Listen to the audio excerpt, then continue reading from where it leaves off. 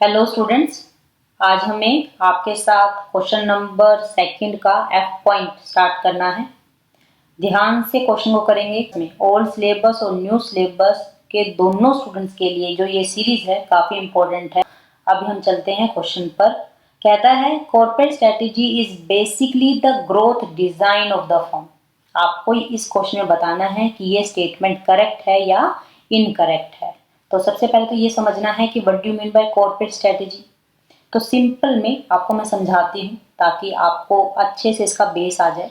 जो top level management बनाए उस स्ट्रेटेजी को हम कहते हैं corporate strategy. The strategy which is formulated by the top management level और top level management that is called the corporate strategy.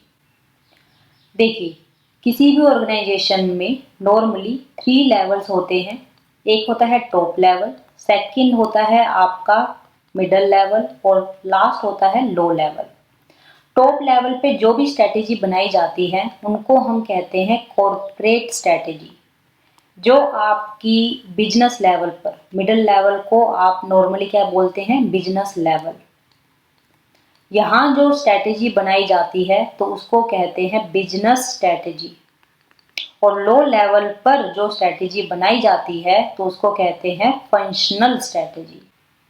ये तो रही बेस की बात जो आपको किसी भी स्ट्रेटेजी से पढ़ने से पहले चाहिए होता है।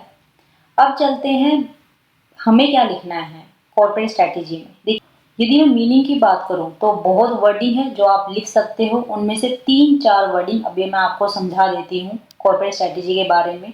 पहली लाइन तो हो ही गई कि जो स्ट्रेटेजी टॉप लेवल मैनेजमेंट के द्वारा फॉर्मुलेट हो तो उसको क्या कहते हैं, corporate strategy. The strategy which is formulated eight top management level that is called the corporate strategy. Next wording आप इसमें लिख सकते हैं कि ये हमेशा एक्शन ओरिएंटेड स्ट्रेटेजी होती है जो ऑर्गेनाइजेशन के ऑब्जेक्टिव्स को, गोल को लेने में, अचीव करने में हेल्प करती है। ये स्ट्रेटेजी हमेशा ग्रोथ को अचीव कैसे किया जाता है उसके बारे में भी बताती है। तो ये तो हुआ मीनिंग। इसी मीनिंग से आपका आंसर तो निकल आया कि कॉर्पोरेट स्ट्रेटेजी हमेशा growth design of the firm होती है, तो आप आंसर देंगे बिल्कुल करेक्ट है। ठीक है, अब इसमें मीनिंग जो मैंने अभी आपको 3-4 लाइनें बोली हैं वो लिख सकते हैं, लेकिन जो मस्ट वर्डिंग है वो आपको जो लिखनी है वो भी समझ लो। सबसे पहले कॉर्पोरेट स्ट्रेटेजी ये इंश्योर करती है कि जो फर्म या ऑर्गेनाइजेशन है और जो इन्वायरमेंट है उसमें हमेशा करेक्ट अलाइनमेंट रहे। यही वर्डिंग आपको लिख के आनी है। जो मैं समझा रही हूँ आपको वो प्रॉपर वर्डिंग आपकी आईसीआई के मटेरियल की है, इसलिए ध्यान से इसको समझिए।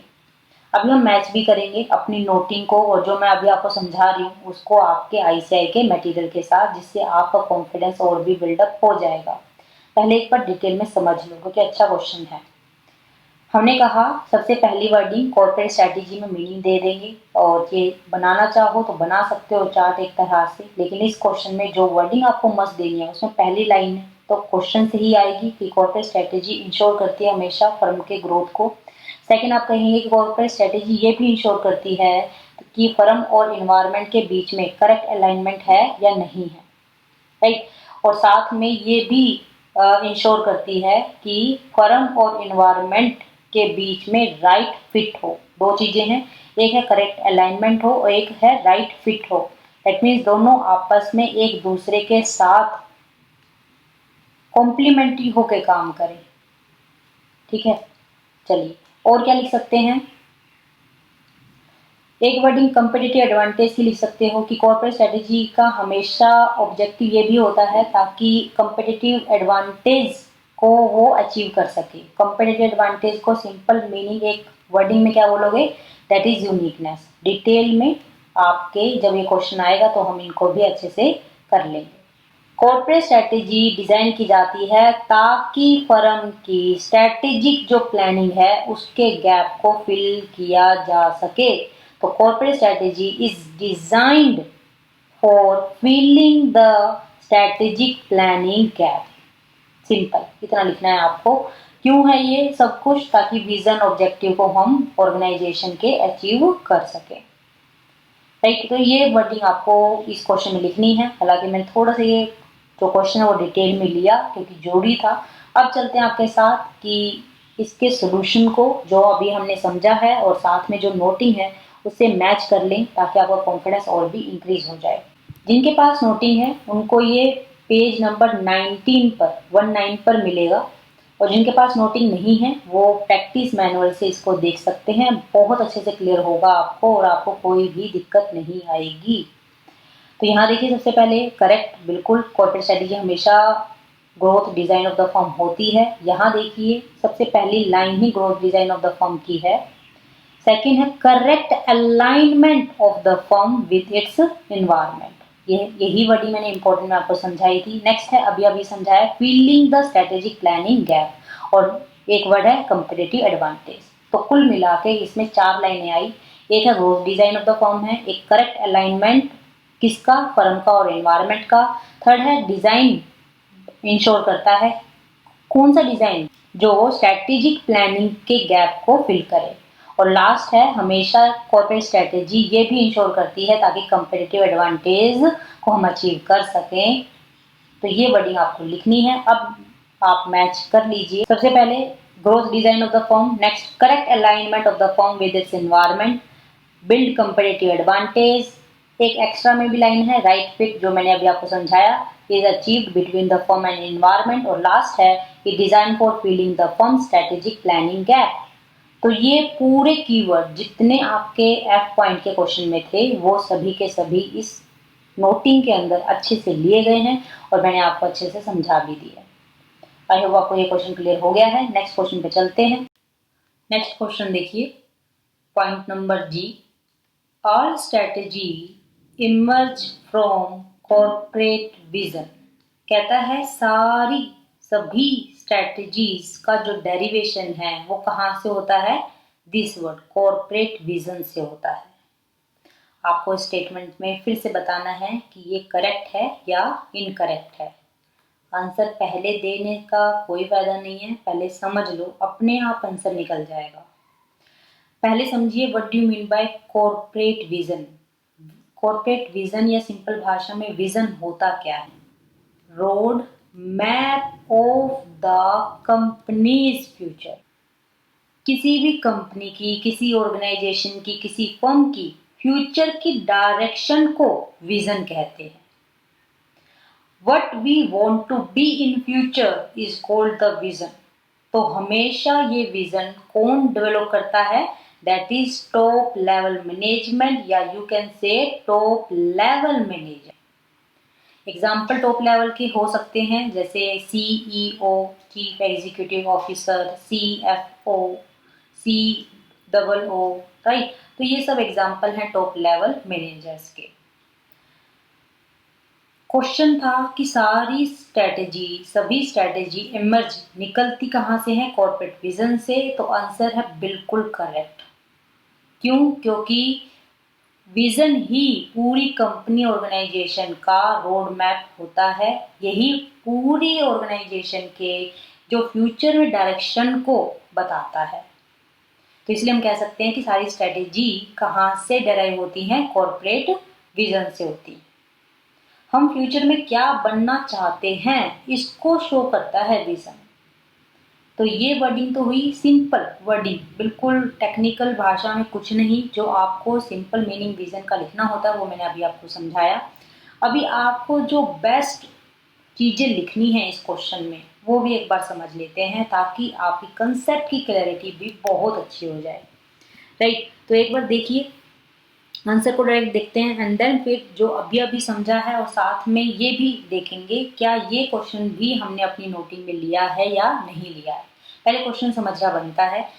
सबसे पहले कहता है विजन क्या एक्सप्लेन करता है कि कहाँ ऑर्गेनाइजेशन हेड है, क्यों, ताकि लॉन्ग टर्म डायरेक्शन को दे सके। तो सिंपल में यदि हम कहें vision explain the future direction for the organisation और द कंपनी, तो ये सिंपल लैंग्वेज में आपकी वर्डिंग हो जाएगी।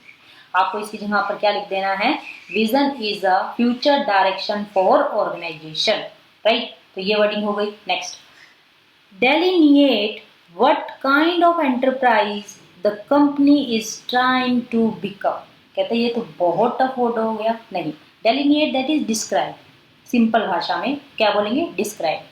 विजन ये बताता है कि एंटरप्राइज जो बिजनेस है किसी भी कंपनी का, वो क्या बनना चाहता है। तो इसको मैंने अभी आपको किससे बोला था, what we want to be in future, ठीक है। तो इस वर्डिंग को ऐसे लिख सकते हो आप, what we want to be in future. कहता है हम इन वर्डिंग को चेंज कर सकते हैं क्या। मैं ये वर्डिंग आपको कहाँ से बता रही हूँ, जो आपके स्टडी मटेरियल में दी गई है। ये भी वर्डिंग मेरी तरफ से नहीं है, बस सिंपल में आपको करके इसलिए समझा रही हूँ ताकि आपके लिए आसान हो जाए, राइट। चलिए आगे चलते हैं। ये क्या कहता है, सारी की सारी strategy need to be drawn in the light of corporate vision. यही तो क्वेश्चन था कि सभी स्ट्रेटेजीज इमर्ज होती हैं कहाँ से, विजन से। अल्टीमेटली विजन क्या कहता है, हम क्या बनना चाहते हैं, वांट टू बिकम। ये लाइन आ गई आपकी, क्लियर है ये क्वेश्चन। अच्छे से क्या लिखना है ये भी बात हो गई। और सिंपल भाषा में समझाती हूँ आपको क्वेश्चन की नोटिंग के साथ। पहले तो ये देखो कहाँ मिलेगा आपको, जिनके पास नोटिंग है वो एक बार पेज नंबर 49 पे आएंगे, उनको मिल जाएगा। और जिनके पास नोटिंग नहीं है, या तो अपने क्वेश्चन के आंसर के साथ प्रैक्टिस मैनुअल में ही यहीं पर लिख लें, जो अभी आपको मैं बता रही हूँ। इससे आपका ये क्वेश्चन आसान हो जाएगा। क्वेश्चन देखो पूरा ditto same, all strategies emerge from corporate vision, correct और इनकरेक्ट आंसर देंगे करेक्ट। पहले तो क्वेश्चन दिखा आपको, कॉन्फिडेंस थोड़ा सा बढ़ गया। अब इसमें लिखना क्या है, सबसे पहले क्या क्वेश्चन का आंसर लिखेंगे, बुलेट पॉइंट में बना के, पहले में नहीं।